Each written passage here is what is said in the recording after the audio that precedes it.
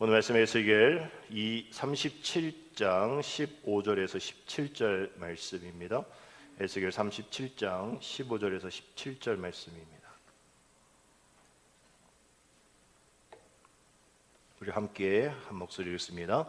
여호와의 말씀이 또 내게 임하여 이르시되 인자야 너는 막대기 하나를 가져다가 그 위에 유다와 그 짝 이스라엘 자손이라 쓰고 또 다른 막대기 하나를 가지고 그 위에 에브라임의 막대기 곧 요셉과 그 짝 이스라엘 온 족속이라 쓰고 그 막대기들을 서로 합하여 하나가 되게 하라. 내 손에서 둘이 하나가 되리라. 아멘. 할렐루야. 우리 연일 37도에 가까운 무더운 불볕더위 가운데에 한 주 보내시다가 그래도 비가 와서 좀 선선해져서 다행이긴 한데 언제까지 또 이렇게 불볕더위가 이어질지 잘 모르겠습니다. 지난주가 입추였는데 서울이 막 119년 만에 최고의 입추였다라고 얘기를 하더라고요. 최저가 30몇 도 나올 정도니 뭐 말 다 했죠. 그래서 이게 신문 기사 보니까 어떤 뭐 대형 아파트에 유리가 강화 유리가 떨어졌다, 뭐 깨졌다 이렇게 얘기하더라고요. 또 어떤 도로에서는 타이어가 터졌다 막 얘기를 해서 야, 그 정도 그렇게 더워?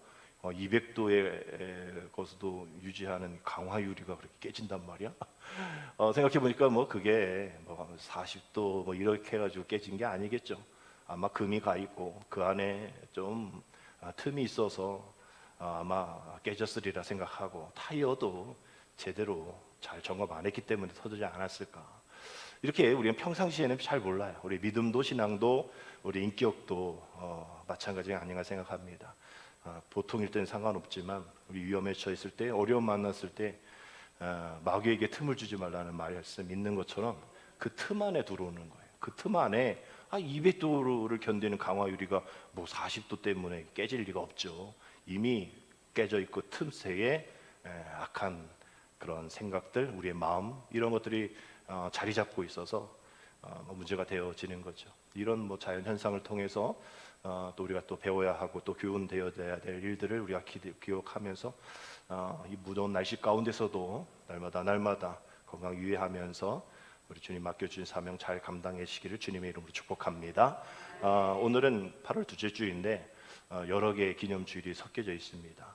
광복주일이기도 하고 남북 통일 공동 기도주일이기도 해요. 특별히 이 남북 평화통일 공동 기도주일은 이전에는 우리 북한 기독교 단체하고 함께 이 기도문도 공동 기도문도 만들었는데 몇 년 전부터 그게 안 되고 있잖아요. 그래서 서로 정말 이 공동 기도문을 함께 읽으면서 그곳에서도 북한 땅에서도 뭐 공식적이긴 하지만 예배를 드릴 때에 함께 이 기도문을 가지고 우리가 함께 기도하고 있다라는 것이 참 의미가 있었는데 요새는 그게 안 돼요. 한국 교회에서도 보내도 답을 하지 않습니다.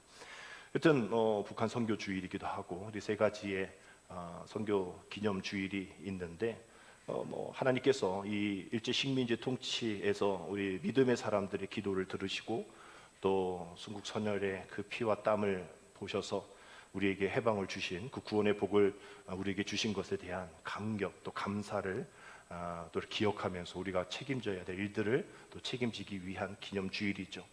남북평화통일 공동기도주일도 마찬가지입니다. 분단된 이 아픔을 겪고 있는 이 땅 가운데 아직 화해와 평화가 잘 이루어지지 않는 이 땅에 남과 북의 교회가 함께 기도하고 또 영적인 연대감을 이룰 수 있는, 그래서 결국은 이 모든 세계의 기념주일이 평화의 왕으로 오신 주님을 기억하는 또 평화의 도구가 우리가 되어지자라는 그런 결단을 하는 주간이고 기도주일인 겁니다.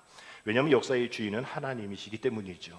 하나님은 어느 순간도 억울한 자, 억압된 자의 눈물을 그냥 지나치신 적이 없으십니다. 그 기도의 눈물의 씨앗을 통하여서 하나님의 성실하심을 통하여 우리 땅에 광복을 허락하여 주셨죠. 일제 압제에서 우리가 저항해야 할 힘들이 있었을까요? 없었잖아요. 다 빼앗기고 또 그 세대에 계신 분들은 다 아실 거 아닙니까? 어떻게 할 수 없는, 그냥 뭐 다음 세대 우리 자녀에게도 뭔가 물려줄 수 있는 것 아무것도 없는 그때에 하나님께서 우리에게 선물을 주셨단 말이죠. 근데 문제는 그 선물을 우리가 제대로 잘 사용하지 못했고 감사하지 못했기 때문에 또 민족의 갈라지는 아픔을 겪게 되어지는 것이죠.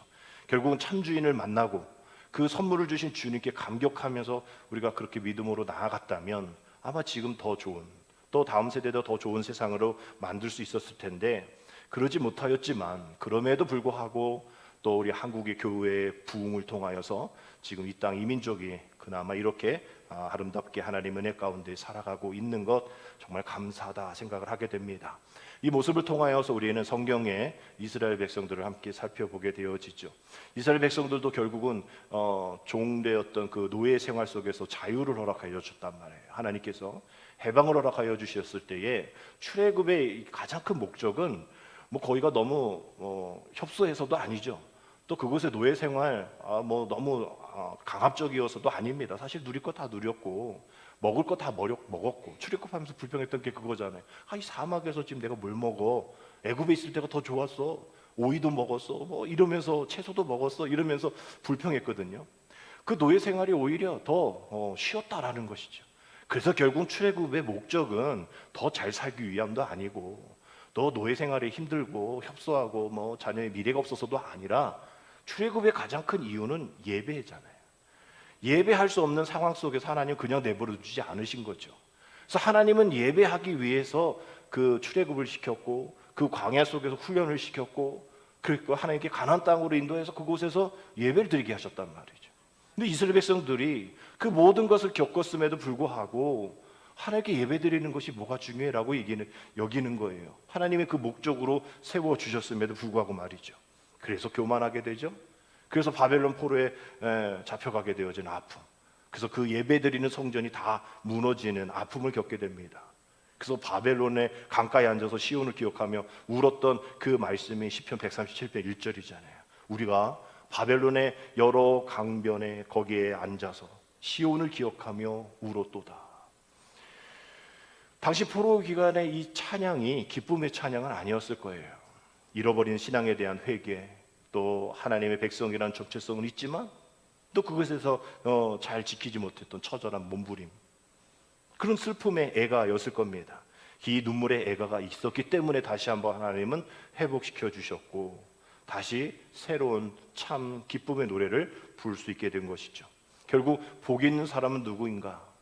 그 아픔의 슬픔의 그 고통의 땅에 머무르는 사람이 아니라 그 새로운 이름을 주신 그 하나님을 발견하면서 새롭게 봐야 될 것을 새롭게 받아들이는, 이전에 우리가 뭐 다른 언어, 뭐 일본, 중국, 뭐 다른 언어를 우리가 모를 때는 그게 뭔 뜻인지 잘 모르잖아요. 그래서 괜히 먹기도 하고 쓰기도 할 텐데 전혀 다른 곳에 쓰게 된단 말이죠. 왜? 그 나라 언어를 잘 모르기 때문에. 우리가 이 세상 가운데서 하나님이 우리에게 이 세상을 볼 수 있는 실천으로 시작되어지는 그 번역의 능력을 이렇게 허락해 주신다면 우리가 그것을 통해서 세상을 해석할 수 있는 것이죠. 세상을 바라볼 수 있는 때에 제대로 바라볼 수 있게 되어지는 겁니다. 거룩한 성도로서 말이죠.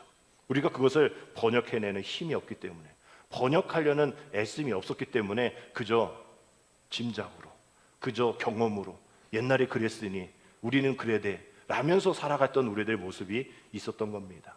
결국은 이 모습 속에서 우리가 해방이 뭐가 필요해? 우리가 가나안 땅에서 그냥 예배드리는 게 뭐가 중요해? 이랬던 우리 민족에게 하나님은 광복을 통하여, 해방을 통하여, 출애굽을 통하여서 원하시는 것은 그저 일시적으로 그냥 모른 척하고 아는 척하고 그러고 살지 말고 제대로 번역하면서 이게 네가 먹어도 되어지는 건지, 그 이정표가 어디로 가야 되는 건지를 확실히 알 수 있는 이 세상 속에서 번역해내는 힘을 길러라고 얘기하는 그 과정 속에서 무엇으로요? 예배를 통하여서 그것을 길러라고 얘기를 하신 하나님의 은혜가 우리에게 있는 겁니다. 그래서 우리에게도 마찬가지 해방의 복을 누리는 자에게 그 자유를 지켜내고 또 가꾸어 나가고 거룩한 특권으로, 책임으로 우리가 그 시대를 바라볼 수 있는, 새롭게 해석할 수 있는 번역의 힘이 우리에게 있어야 된다라는 것이죠. 그랬을 때 우리에게 주시는 말씀은 위로의 말씀이 누가복음 4장 18절 19절의 말씀입니다. 우리 함께 읽습니다. 주의 성령이 내게 임하셨으니 이는 가난한 자에게 복음을 전하게 하시려고 내게 기름을 부으시고 나를 보내사 포로된 자에게 자유를, 눈먼 자에게 다시 보게 함을 전파하며 눌린 자를 자유롭게 하고 주의 은혜의 해를 전파하게 하려 함이심이라 하였더라. 아멘. 우리 기름 부으셨죠? 또 우리를 부으셨습니다. 우리를 보내셨습니다. 왜 기름 부으시고 우리를 왜 보내셨습니까? 주님은 말씀하시냐, 가난한 자에게, 포로된 자에게, 눌린 자에게 자유를 허락하게 하시기 위해서 우리를 택하시고 우리를 자유케 하셨다라는 거예요. 그러니까 우리가 마주한 현실이 이미 미완의 이런 평화, 미완의 해방 속에 있는 이 상황 속에 우리를 보내주신 것, 우리를 통하여서 하나님이 하실 일들이 있으시구나, 가난한 자와 포로된 자와 눌린 자에게 자유를 선포하기 위하여서 우리를 택하셨구나, 우리를 자유케 하셨구나라는 그런 정체성을 가지고 있어야 합니다. 그래서 우리는 이 신앙과 우리 현실 사이에 긴장을 놓지 말아야 하는 것이죠. 아, 나를 그래서 부르셨구나. 아, 나를 그래서 기름 부으셨구나. 그래서 우리는 그 자유를 곧게 붙잡고 종의 멍에를 매지 않는 신앙적인 저항이 필요한 곳에 우리가 주목해 볼 필요가 있다라는 것이죠. 그래서 우리는 어떻게 시작해야 될까? 어떻게 그 일들을 감당할 수 있을까? 그런 이정표가, 분명한 이정표가 미가서 6장 8절에 나와 있습니다. 해방 이후의 공동체가 지향해야 될 분명한 윤리적인 이정표죠. 우리 함께 갈 수 있겠습니다.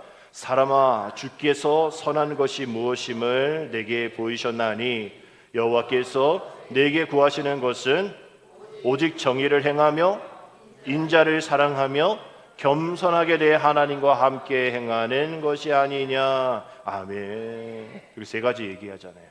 뭐를 행해야 된답니까? 정의를 행하래요. 그리고 인자를 사랑, 우리 인자 주님이시죠. 인자를 사랑하고 겸손하게 하나님과 함께 행하라라는 거예요. 성경에서 말하는 정의로운 생활은 다른 게 아닙니다. 뭐 띠두르고 으쌰으쌰하고 불질르고 이게 아니라 정의를 행하고 인자를 사랑하고 겸손하게 하나님과 함께 행하는 그 모습, 물리적인 충돌, 뭐 이런 부재, 공평한 뭐 이런 것이 아니라 서로를 존중하고 또 자유를 누리며 기쁘게 생활하는 그 공동체의 모습 속에 있다라는 것이죠. 그래서 우리는 찬양하잖아요. 주는 평화 막힌 담을 오셨네. 그렇게 찬양하시죠. 주는 평화 막힌 담을 모두 오셨네. 주는 평화 우리의 평화. 그 후절에 뭐라 했었어요? 염려 다 맡기라. 주가 보호하시고 주가 인도하시고 주가 책임져 주시니 주는 평화, 주는 평화. 우리가 그렇게 막힌 담을 허신 그 주님의 은혜를 받았고 평화의 도구가 되었다면 우리 주여 나를 평화의 도구로 써주소서. 우리 그 찬양 있듯이 주여 내 기도 제목 다른 것이 아닙니다. 주여 나를 그 주님의 평화를 내게 허락하여 주셔서 나를 그 주님의 평화의 도구로 사용되어 주게 하여 주옵소서. 눈물이 있는 곳에 기쁨을, 평화가 없는 곳에 하나님의 평화를, 나를 통하여 책임 있는 그 하나님의 은혜의 삶을 살아갈 수 있는 그런 공동체 일원으로 살아가게 하여 주옵소서. 나 혼자만이 누리는 평화, 나 혼자만이 누리는 구원, 나 혼자만이 누리는 기쁨이 아니라 그 평화는 함께 누리는, 그 구원은 함께 누리는, 이 땅에 홀로 다다를 수 없고 더불어 살아가는 우리의 모습이기에 광고 81주년을 맞이하는 오늘의 우리 삶 가운데 해방되어야 될 것이 다른 것이 아니라 내 안에 여전히 해방되지 못했던, 우리 가정 안에 여전히 해방되어지지 못했던 모든 것들을 함께 이뤄나가며 이웃사랑의 도구로 사용되어져서 하나님의 공의가 흘러 넘칠 수 있는 진정의 해방의 공동체에 나를 통하여 이루어 주옵소서. 우리가 기도해야 될 제목인 줄 믿습니다. 우리 이사야 2장 4절의 말씀 우리가 기억하면서 이 전쟁 가운데 있는 이 상황을 우리가 기도해야 합니다. 그가 열방 사이에서 판단하시며 많은 백성을 판결하시니 우리가 그들의 뭐를 쳐서? 칼을 쳐서 보습을 만들고, 농기기거든요. 보습을 만들고 그들의 창을 쳐서 뭐를 만들며? 낫을 만들 것이며 이 나라와 저 나라가 다시는 칼을 들고 서로 치지 아니하며 다시는 뭐를? 전쟁을 연습하지 아니하리라. 정말 다시는 전쟁을 연습하지 말아야 될 텐데 지금 전쟁을 하고 있잖아요. 정말 칼로 또한 창으로 서로를 죽이고 있습니다. 이것이 하나님의 뜻인데, 이것이 이 땅을 향한 하나님의 마음인데 전쟁 연습하는 것은 둘째치고 전쟁을 하고 있고 그 전쟁과 전쟁의 반복을 하고 있는, 서로 파괴하고 서로 그 이념의 갈등 속에 있는 정말 주님의 평화로운 이 땅 가운데에 하지 말아야 될 일들이 너무나 많아서 정말 이 창을 쳐서 낫을 만드는 그날을 우리가 꿈꾸며 기도하고 정말 칼을 쳐서 보습을 만드는 이 나라 이 민족이 되어질 수 있도록 우리가 기도하며 나가야 합니다. 이것이 샬롬의 삶인 거죠. 샬롬, 평화라는 이 인사말이 성경에는 350번 정도 나옵니다. 정말 샬롬은 우리 삶의 모든 영역을 다스리는 축복이죠. 여러분, 우리가 이 축복을 전하기도 바쁜데 우리는 늘 욕하고 어떤 사람 보면 저주하면서 살아가잖아요. 이 샬롬이란 것이 어떤 영역 속에 있냐면 너무나 많습니다. 결혼하는 신랑 신부에게 샬롬이란 얘기하면 뭐예요? 행복하게, 아름답게, 기쁘게 사세요라는 의미가 이 샬롬인 것이죠. 각 대상자들에게 다 이야기가 되어지는 겁니다. 전쟁터에 나간 병사에게 샬롬하면 다치지 말고 안전하게 얘기도 돌아와. 또 환자에게 샬롬하면 뭡니까? 회개를 빌어 잘 될 거야. 빨리 회복되길 바라. 이런 얘기죠. 또 어부에게 샬롬하면 원하는 만선 이루고 돌아와. 여러 가지 영역 속에서 우리가 샬롬을 외치면 그 샬롬은 회복입니다. 그러나 내가 해줄 수 없잖아요. 내가 그 환자에게 어떤 케어를 수술을 내가 하는 것도 아니죠. 어부에게 내가 배 타고 내가 할 수 있는 거 아니잖아요. 그건 뭡니까? 나는 아니에요. 나는 아니지만 그 평화로움에 오신 주님께 내가 기도하니 그렇게 될 줄 믿어라는 하나의 강력한 신호인 것이죠. 그래서 나는 주는 평화 막힌 담으로 오셨다. 그 고백하면서 그냥 주님은 평화니까 끝 아니라 그 주님을 믿는 나는 그 주님과 함께하는 삶, 나를 통해서 이루어져야 될 공동체는 평화의 공동체라는 것이죠. 그래서 내가 가는 곳곳마다 막혔던, 이루지 못했던, 하나 되지 못했던 공동체가 하나가 되어지는 거예요. 그래서 나를 계속 불러, 나를 만나고 싶어해, 나와 함께하고 싶어해. 왜? 나를 통하여 평화가 드러나는 삶이니. 그래서 하나님의 백성으로 사는 것이, 이 평화의 삶이 되어지는 것이 결국은 복음이고 결국은 전도가 되어지는 것인 줄 믿습니다. 더불어 이루어가는 평화, 혼자만의 평화가 아니라 그 교회가 그 평화를 경험하지 못하는데 어떻게 세상을 향한 축복이 되어지며 세상을 향한 평화를 보여줄 수 있겠냐라는 것이죠. 지금도 수많은 교회들이 여러분에게는 정말 창피해서 말씀 못 드리는 많은 교회에서의 많은 어려움들이 있습니다. 교인들끼리 싸우고 목회자가 싸우고 또 교회를 팔고 사고 이런 엄청난 일들이 있어요. 이러한 모습 속에서 정말 평화의 왕으로 오신 주님의 모습을 지닌 성도들인가, 평화를 이루기에 얼마나 부름받음과 기름 부음으로 살아가고 있는가를 되물어볼 수밖에 없는 일들이 너무나 많다라는 겁니다. 한국전쟁이 76주년 또 광복 81주년을 맞이하면서 우리는 늘 의문을 갖게 되어지는 것이죠. 과연 인간의 힘으로 정말 이 이념적인 갈등과 이 장벽을 뛰어넘을 수 있을까? 정말 많은 시간, 76년이 지난 또 81년이나 지났던 이 세월을 어떻게 하나가 될 수 있을까? 우리는 하나가 될 수 없죠. 우리가 그 일들을 할 수가 없을 겁니다. 그래서 우리는 이 성경을 통해서 그 해답을 찾자라는 것이죠.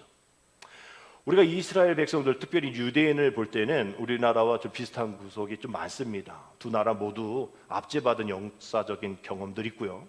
또 지금은 이렇게 강대국이 되었죠. 이스라엘도 지금 강대국이고 우리도 강대국 아닙니까? 수많은 침략을 받아왔던 그러한 어떤 근력이 있었던 것 아닌가 생각하게 되어져요. 많은 외세의 침략을 받고도 그 시련이 있었고 연단이 있었기 때문에 그럼에도 불구하고 굳건히 설 수 있는 그러한 나라가 되었다라는 것이죠. 이스라엘이 그렇게 크지 않습니다. 우리 강원도 정도 크기인데 인구도 그렇게 많지 않죠. 852만 명 정도밖에 되지 않는 그런 작은 나라임에도 불구하고 하나님께서 이스라엘을 택하셔서 그 기독교 역사의 중심으로 만들어 주셔서 그 나라 그 민족을 통해서 많은 민족이 그 나라의 과거의 모습을 통하여서 새롭게 또 하나님 은혜 가운데 돌아오는 그런 일들을 겪게 되어지는 겁니다. 이스라엘 나라는 아브라함이라는 한 사람을 선택하셨고 그 후손에 의해서 세운 나라이잖아요. 근데 그 이스라엘 민족이 국가적인 위기를 처할 때를 보면 하나님을 믿지 않고 하나님을 돌아섰을 때입니다. 결국은 그저 하나님 돌아서는 것이 끝나는 것이 아니라 둘로 분단될 때인 것이죠. 여러분 알다시피 이스라엘의 초대 왕은 사울입니다. 그 다음 다윗이고 그 다음은 솔로몬이죠. 근데 그 솔로몬이 3대까지 잘 가다가 4대부터 이제 갈라지기 시작해요. 솔로몬의 이 수행비서 또 신복 중에 하나가 이제 여로보암인데 여로보암이 이제 북이스라엘을 만듭니다. 사마리아를 수도로 북이스라엘을 만들고 또 이 솔로몬의 아들인 르호보암, 이름이 비슷해요. 여로보암 밑에는 르호보암.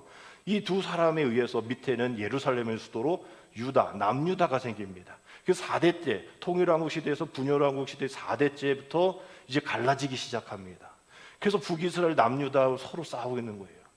남유다가 이제 다윗 쪽이니까 자기는 정통성 있다라게 하고, 북이스라엘 보고 니네 이방신 섬기고 다른 나라와 이렇게 막 자꾸 막 이래 막 이렇게 욕하고, 위에서는 뭐 니네가 뭘 잘났어 막 이러면서 서로 같은 민족이 싸우기 시작해요. 원수처럼 여기고 남북으로 분단됩니다. 왜 하나님은 그러한 어려움을 허락하여 주셨을까? 사울을 통하여 다윗을 만드시고, 또 다윗을 통하여 또 솔로몬, 하나님이 하실 수 있는 일들이 여로보암, 르호보암이 아닌 다른 어떤 4대째 왕을 허락하여 주셨을 텐데 하나님 그냥 내버려 두시죠. 갈라지도록 내버려 두십니다. 이것을 통해서 어떤 분은 한국교회의 부흥을 이렇게 얘기해요. 한국교회의 부흥의 가장 큰 건 아니지만 이렇게 많은 교회가 생길 수 있었던 건 분열이다라고 얘기해요. 뭐 장로교회는 지금 뭐 수백 개의 교단이 있잖아요. 우리 감리교는 하나인데 뭐 장로교는 수백 개의 교단이 있습니다. 다 자기가 뭐 총회장 하기도 하고 막 그러는데, 그 수백 개의 그 교회들로 나눠진 것도 마찬가지인 거죠. 그래서 우리가 나눠짐에 대한 부정적인 것만 볼 것이 아니라 하나님의 역사하심, 하나님의 계획하심이 있다라고 보면, 남유다 북이스라엘도 갈라진 것도 하나님의 역사하심이다라고 보여지는 거죠. 성경은 또 그렇게 기록하고 있으니까요. 그래서 북이스라엘은 아수르에서 멸망하고, 남유다는 바벨론에 의해서 멸망하고, 위에서는 아예 댕강 끝나지만 그래도 밑에는 유지를 하게 되어지죠. 그래서 포로로 잡혀가게 되어집니다. 그래서 이스라엘 민족의 처한 상황이 오늘 읽지 않았지만 앞부분에 보면 11절 정도에 보면 메마른 뼈들과 같다라고 얘기할 정도로 지금 그런 상황 속에 하나님은 에스겔을 선택하셔서 이제 BC 597년 정도, 나이가 한 25살 정도라고 얘기하죠. 25살 정도의 젊은 나이로 바벨론의 2차 포로로 끌려가게 되어서, 그 에스겔이 포로 잡혀갈 때 여호와긴 왕도 함께 잡혀가거든요. 그 후에 이제 5년 정도 있다가 나이 30살이 됐겠죠. 25살에 잡혀갔으니까 30살에서 그 이방 땅에서 하나님의 강력한 임재하심을 체험하고 하나님의 선지자로 30살 때 부르심을 받습니다. 그 다른 선지자들보다 많은 이상 환상을 보게 되어진 것이죠. 그리고 그의 나이 52세가 되어지는, 그러면 22년 정도가 되잖아요. 22년 정도 동안 하나님이 이 에스겔을 통하여서 사용하실 때에 에스겔은 다른 것도 하지 않았어요. 그 민족을 위해서 울며 기도했던 겁니다. 몇 년 동안? 22년 동안. 30살부터 52세까지. 정말 하나님께서 그에게 날마다 눈물을 허락하여 주시고, 그 민족을 위해서, 그 백성들의 운명을 위해서 알려주시고, 또 피드백하고 알려주시고, 그래서 그것을 다 받아 쓴 것이 오늘 본문 에스겔서인 겁니다. 그래서 이 에스겔서를 통해서 우리가 이 광복기념주일, 남북평화통일의 공동기도주일을 통해서 우리 민족에 가장 필요한 것은 무엇인가를 한번 살펴보자라는 것이죠. 광복 81주년을 맞이하는 우리에게, 또한 이스라엘 백성들에게 하나님께서 어떤 응원의 메시지를 허락하여 주시는 것인가? 오늘 이 포로로 잡혀가 무너지고 있는 남유다가 다시 하나님의 손에서 회복되어지리라는 그 약속의 말씀을 오늘 우리에게도 허락하여 주신 말씀이다라고 믿는 것이죠. 그 말씀이 어떻게 이어지고 있는지를 16절 다시 한번 함께 읽겠습니다. 인자야, 너는 막대기 하나를 가져다가 그 위에 유다와 그 짝 이스라엘 자손이라 쓰고, 또 다른 막대기 하나를 가지고 그 위에 에브라임의 막대기 곧 요셉과 그 짝 이스라엘 온 족속이라 쓰고, 두 막대기를 통하여서, 그 이름을 통하여서 하나가 되게 하여지는 퍼포먼스를 하게 하십니다. 여기서 주목해야 될 표현이 그 짝이라는 것이죠. 그 짝. 유다와 그 짝 이스라엘 자손. 또 어떤 짝입니까? 유다와 요셉과 그 짝 이스라엘 온 족속이라는, 앞서 말씀드린 큰 남유다 북이스라엘, 또 이스라엘 온 족속 요셉과. 그래서 여기에 이 짝이라는 히브리어가 하베라우라는 단어를 쓰고 있는데, 우리가 짝이라는 것을 우리가 뭐라고 얘기합니까? 우리 친구, 동료, 또 결합된 자라고 얘기하잖아요. 짝꿍 얘기하듯이 우리의 짝입니다라고 했을 때 이러한 뜻이에요. 친구, 동료, 또 결합된 자. 우리 지금 주님은 갈라져 있는 이 백성들에게 짝꿍이다라고 얘기해요. 친구라 얘기합니다. 동료라 얘기해서요. 지금 우리가 남북으로 갈라져 있잖아요. 원수처럼 대하고 있지 않습니까? 지금 뭐 주적이 누구야라고 물어보면 대답 못하면 막 뭐라고 하고, 뭐 지금 뭐 조선으로 불러야 된다 막 이렇게 얘기해서 막 지금 막 그러고 있잖아요. 지금 우리는 그렇게 봅니다. 이 무슨 짝이에요? 걔네들은 원수입니다. 북한은 우리 주적입니다. 라고 얘기해요. 이것은 어떤 이 통일관이겠죠. 우리는 이걸 보자라는 게 아니에요. 우리 하나님께서 보실 때는 어떻게 보시는가입니다. 하나님 북한을 보실 때 주적으로 보실까? 뭐 제가 이런 말 한다고 또 뭐 통일을 보여 잡혀갈지 모르겠지만 저는 설교하는 거예요. 하나님이 보실 때는 짝꿍으로 본다는 거예요. 아멘. 이건 뭐 여러분이 뭐 민주당이네, 뭐 한나당이네, 뭐 우리 당이네, 뭐 어떤 당이네, 뭐 그런 얘기를 하자는 게 아닙니다. 지금 하나님의 보시기에는 남북이 짝꿍으로 보신다라는 것이죠. 북이스라엘과 남유다를 짝으로 보듯이 서로 민족 가운데에 유다와 에브라임이 형제였지만 수세기 동안 서로 부정하면서 철저히 분열됐던 관계. 남유다 북이스라엘 아까 뭐 우상숭배에 대한 이야기하면서 네가 뭐 제대로 된 정통성이 있어 없어? 뭐 이러면서 서로 맞붙어 싸우고만 있었던 이 백성들을 하나님은 붙여놓고 이름을 써서 두 개를 붙여놓고 짝이야 라고 얘기하는 거예요. 에스겔 선지자를 통해서 말이죠. 그 막대기에 이름을 새기고 잃어버린 형제의 명물을 다시 기억하고 하나된 이스라엘이라는 그 하나를 묻고 계신다라는 것이죠. 이것은 어떤 이데올로기도 아닌 겁니다. 하나님이 보실 때는 우리 남북이 하나라는 것이죠. 그래서 17절 말씀에 이렇게 되어 있잖아요. 그 막대기들을 서로 합하여 하나 되게 하라. 네 손에서 둘이 하나가 되리라. 지금 정체성의 복원에 대한 의미를 이야기하는 것이죠. 원래 하나가 되어지지 않았니? 원래 하나잖아. 하나님 남유다 북이스라엘 각자의 자리에 머물러 있는 것을 원치 않으셨습니다. 상대의 아픔과 역사를 보듬으면서 메시아를 소망하는 하나의 민족으로 묶으시기를 원하셨던 것이죠. 그래서 오늘 이 말씀을 보면서 우리 남과 북이 하나가 되어지는 것들을 한번 생각해 보자라는 겁니다. 하나됨의 기적은 서로가 남이 아니라 한 민족, 한 뿌리임을 기억하는 것에서부터 출발한다라는 것이죠. 하나님께서 에스겔의 손을 통하여서 그동안 잊어버린 형제의 이름을 다시 쓰게 하고 주적이라 생각하는 그들의 이름을 쓰게 하시면서 서로의 이름을 기억하게 되어지고 상대방을 존중하고 인정하고 용납하는 그런 시작을 하게 하신 겁니다. 통일이라는 것이 누군가를 정복하거나 뭐 이런 건 아니잖아요. 원래 하나님이 그 짝을 찾는 것이다. 그래서 여러분들 믿음의 사람들에게 통일이 뭐야? 라고 물어보면 우리의 어떤 가치관 속에서 얘기할 수 있는 많은 얘기 있겠지만 성경적으로 얘기하면 하나님께서 그 짝을 찾는 과정이 통일이야 라고 얘기를 하셔야 된다라는 거죠. 왜? 그 긴 세월 동안 76년 또 그 긴 81년의 세월 동안 우린 너무나 균열이 많았던 거예요. 그래서 200도여도 괜찮은 강화유리가 40도로 깨지게 되어지는 그런 어처구니없는 일이 일어나 버린다라는 거죠. 긴 세월 균열이 우리를 남남처럼 만들었다라는 겁니다. 여전히 남인 것이죠. 우리의 모습에서 볼 때는. 그러니까 우리의 마음에 막대기에 미움이 아닌 가족의 이름을 다시 써야 한다라는 거예요. 남북이 문제입니까? 민족 안에서 또 가정 안에서 교회 안에서 서로 남북이 되어져 가고 있는 우리의 마음의 균열이 더 많잖아요. 그래서 에스겔 선지자가 고국을 떠나서 바벨론 제국의 통치를 받으면서 22년 동안 기도했던 것이 바로 이 회복을 위한 기도였다라는 겁니다. 우리가 나라를 위해서 기도하죠. 민족을 위해서 기도할 겁니다. 저 어려운 북한 땅을 위해서 세계 박해국 1위인 북한을 위해서 우리는 기도할 거예요. 그러나 정말 그러한 마음으로 에스겔과 같은 마음으로 22년 동안 작정하며 기도하신 분 계시냐는 거예요. 우리 그렇게 기도하지 못하면서 이런에 저런에 많은 얘기를 하고 있습니다.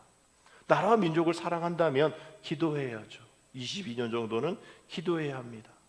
사랑하는 자를 위해 또 기도하는 일 우리는 많이 하지만 정말 우리가 남북을 위해 북한을 위해 기도하지 못하는 것은 그들을 사랑한다라고 여기지 않기 때문에 기도하지 않은 것이죠. 에스겔이 조국 이스라엘 민족을 위해서 하나님 앞에 기도할 때는 하나님은 그에게 조국의 밝은 미래를 보여주셨기 때문입니다. 오늘 읽지 않았지만 뒷부분 19절의 말씀 보면 너는 곧 이르기를 주 여호와께서 이같이 말씀하시기를 내가 에브라임의 손에 있는 바 요셉과 그 짝 이스라엘 지파들의 막대기를 가져다가 유다의 막대기에 붙여서 한 막대기가 되게 한즉 이제 뭐라고 되어 있습니까? 내 손에서 하나가 되리라. 아멘. 전에는 에스겔 손에서 하나가 되리라 했는데 이제 하나님께서 내 손에서 하나가 되게 하리라. 아멘. 우리가 할 수 없네요. 에스겔 네가 붙잡고 있지? 퍼포먼스는 아름다워, 괜찮아 보여, 통일 정책 괜찮은 것 같아, 뭔가 이루어질 것 같아, 뭐 그들과 정말 하나 된다라는 마음으로 뭐 이름 조선이라고 하면 좋을 것 같아. 안 된다는 거예요. 그렇게 해봐야 그냥 퍼포먼스입니다. 그냥 일시적인 거예요. 그냥 보여주기입니다. 그래서는 안 된다는 거죠. 우리가 정말 하나님께서 이거 말씀하시는데 내 손, 즉 하나님의 손에서 하나가 되리라. 하나님의 손에서 하나가 되지 않은 그 하나됨은 없다는 거죠. 하나님 두 막대기가 실제로 합쳐져서 유기적인 그런 연합, 포용하게 되어지는 권능은 오직 하나님께 있다. 하나님의 영역이다라는 거. 그래서 22년 기도해야 된다라고 이야기하는 것이죠. 막대기가 무슨 생명이 있습니까? 두 개 뭐 강조초석에 붙인다고 돼요? 그러나 이렇게 좀 잘라서 붙여서 접목시키고 뭐 이러면 또 새로운 가지가 나기도 하고 이런 거 우리 알잖아요. 그저 붙여놓은 퍼포먼스로는 안 된다라는 거예요. 정말 이 주님의 손에서 하나가 되리라. 주님의 손에서 정말 뭐 그냥 우리는 꽁꽁 끈 묶어서 됐습니다 말하지만 그렇게 돼서 하나 될 리가 없어요. 가정 안에서, 교회 안에서 서로 미워하는 사람 우리가 그냥 뭐 기도 한 번 해서 뭐 꽁꽁 묶었다고 여기지만 안 되는 거예요. 그냥 풀어집니다. 그저 제각각 되어 버리는 거죠. 그저 또 서로 정죄하고 서로 갈라져 살게 되어지는 겁니다. 그래서 인간의 손으로는 아무리 붙이려고 해도 평행선이라는 것이죠. 하나님이 움직이셔야 됩니다. 아멘. 하나님께서 내가 가져다가 내가 붙여서 내가 하나가 되게 하리라. 정말 이거는 오늘 남북평화통일 공동기도주일 뿐만 아니라 정말 우리의 관계 속에서 우리의 자녀, 우리의 부부, 우리의 모든 이웃, 우리의 직장에 있는 사람들과의 관계 속에서도 하나님 난 못하겠어요. 난 저 사람을 사랑하지 못하겠어요. 하나 되지 못하겠어요. 하나님 도와주세요. 우리가 주님 앞에 기도하면 내가 가져다가 내가 붙여서 내가 하나가 되게 해줄게. 우리 주님의 음성을 들어야 될 줄 믿습니다. 결국 이러한 연합이 뭐 인간적인 어떤 수단과 방법, 타협 이걸로 되어질까요? 물질 공세? 안 되겠죠. 하나님의 손에서 베풀어지는 은혜의 사건 아니면 이루어질 수 없다라는 말씀입니다. 남북으로 분단된 우리나라도 이제 분쟁으로 인한 다툼을 좀 그치고 하나님을 좀 기쁘게 하시고 하나님의 그 일들을 하게끔 하셔야 될 때가 되지 않았나. 하나님의 손에 하나가 되리라. 하나님 손에서 하나가 되리라. 나는 하나님의 손에 붙잡힌 바 되리라. 너도 하나님의 손에 붙잡힌 바 되리라. 그래서 너와 내가 함께 할 수 없지만 하나님의 손에서 함께 하나가 되리라. 그러면 어떤 문제도 해결되어지는 것이죠. 민족을 사랑하는 한 청년의 부름에 에스겔이 22년 동안 민족을 위해 날마다 눈물로 기도했던 것처럼 이제 그 기도의 힘이 에스겔에게 놀라운 비밀을 알려주십니다. 그 비밀이 21절, 22절입니다. 우리 함께 있습니다. 그들에게 이르기를 주 여호와께서 이같이 말씀하시기를 내가 이스라엘 자손을 잡혀간 여러 나라에서 인도하며 그 사방에서 모아서 그 고국 땅으로 돌아가게 하고 그 땅 이스라엘 모든 산에서 그들의 한 나라를 이루어서 한 임금이 모두 다스리게 하리니 그들이 다시는 두 민족이 되지 아니하며 두 나라로 나뉘지 아니할지라. 아멘. 아멘. 다시는 두 민족이 되지 않고 다시는 두 나라로 나누지 않을 그 방법은 다른 게 아니라 한 나라를 이루시고 그 한 나라에 한 임금이 다스리시면 된다라는 사실입니다. 아멘. 한 나라, 그들이 한 나라를 이루어서 한 임금이 모두를 다스리게 하리니 그들이 다시는 두 민족이 되지 아니하며 두 나라로 나뉘지 아니할지니라. 아멘. 그리고 하나님이 허락하여 주신 화합, 하나님이 원하시는 연합은 우리의 생각을 뛰어넘는 그런 완전한 연합이라는 것이죠. 이것을 가능케 하는 핵심 조건은 한 임금의 통치라는 겁니다. 장차 오실 메시아 예수 그리스도를 의미하는 것이죠. 진정한 화합, 또 연합, 또 남북 간에 합쳐진 모든 일들도 다 하나님께서 하셔야 한다. 비로소 완성된다라는 이야기입니다. 언제까지 우리가 세계의 유일한 분단 국가로 남아 있어야 하며 미사일 한번 날아가면 조마조마해야 되고, 왜냐하면 정말 방향만 바꾸면 어디든 떨어지거든요. 미사일 방향만 바뀌면 동서가 아니라 남북으로 방향만, 뭐 방향이 아니라 미사일이 잘못 날아갔다가 얘네들도 원치 않았던 거죠. 시험 발사인데 이거 잘못돼가지고 우리나라로 떨어져서 이건 큰일 일 아닙니까? 정말 언제까지 그러한 불안함 속에 살아야 하고, 언제까지 이산 가족들 다 돌아가시고 계시잖아요. 언제까지 서로를 그리워하며 살아야 하고, 우리 감리교회도 강화에 예배당 촛을 만들어서 또 그렇게 아픔을 있는 분들이 가서 기도하게끔 강화에 또 교회를 하나 세웠던 그런 이제 기사를 봤는데요. 언제까지 이렇게 북한 땅을 보면서 그리워하고 아파하면서 살아가야 하는지, 분단의 비통과 또 통일의 간절함이 깊어지는 이 땅 가운데 오늘 이 말씀을 우리는 기억해야 될 줄 믿습니다. 그래서 우리의 기도의 제목, 여러 가지 기도의 제목이 많겠지만 하나님 이 갈라진 민족을 하나님의 손에 올려드립니다. 여러분 빼놓지 말고 우리가 기도해야 될 기도의 제목입니다.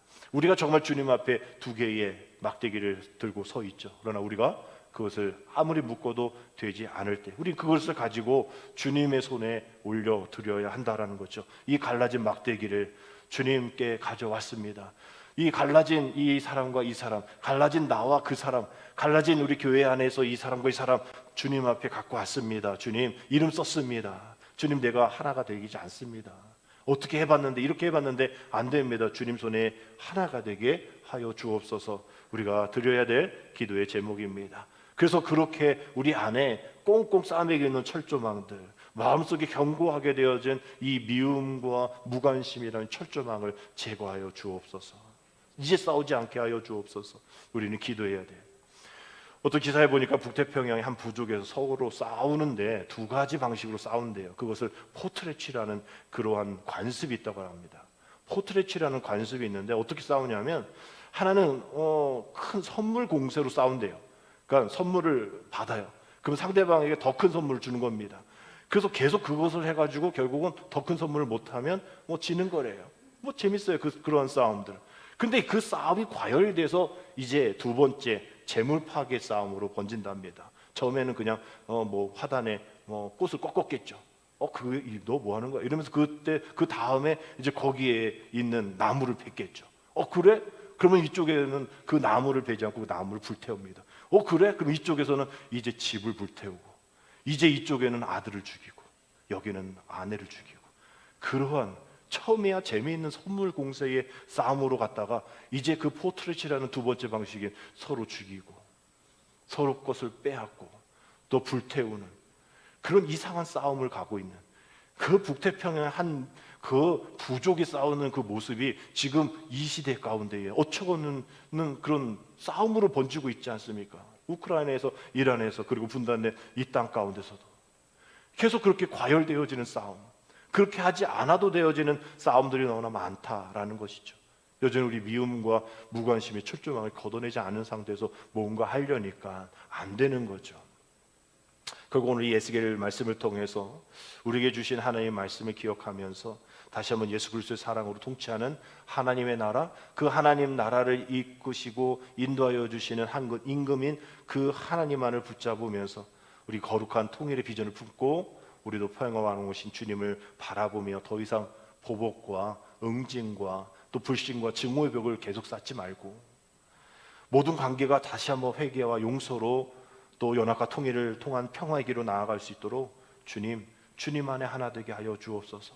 하나님 손에 하나 되게 하여 주옵소서. 우리는 기도를 에스겔 선지자와 같이 22년 동안 우리가 함께 기도하면서 우리가 모든 곳에서 하나님의 평화가 임할 수 있는, 그래서 하나님에서 다시 한번 시작되어질 수 있는 그러한 평화의 도구가 되어질 수 있도록 기도하며 승리하며 나아가는 저와 되시기를 주님의 이름으로 축복합니다. 기도드립니다. 하나님, 광복 기념주의와 남북 평화 통일 공동주의를 통하여 우리나라와 한국 교회를 위해 다시 일어날 수 있도록 하나님의 한없는 격려와 하나님 손에 하나 되어지는 강력한 하나님의 기적 같은 역사를 허락하여 주옵소서. 남북뿐만 아니라 우리 안에서 또 우리 가족 안에서 우리의 삶의 영역 안에서 여전히 겪고 있는 분열의 역사를 하나님 해결하여 주시어서 우리의 간절한 마음 화해와 일치의 도구로 쓰임받을 수 있는 우리가 되어 마른 뼈들이 살아나 제발로 일어서서 그 고국을 향해 힘찬 군대의 발걸음이 되었던 것처럼 오늘도 하나님의 손에 하나 되어 다시 한번 이 땅의 이 민족이 또 우리 한국교회가 다시 한번 강한 주님의 군사되어 하나님의 귀한 영적인 싸움, 영적인 전쟁에서 승리하며 나아갈 수 있도록 하나님 인도하여 주옵소서. 예수님의 이름으로 감사하며 기도드립니다. 아멘.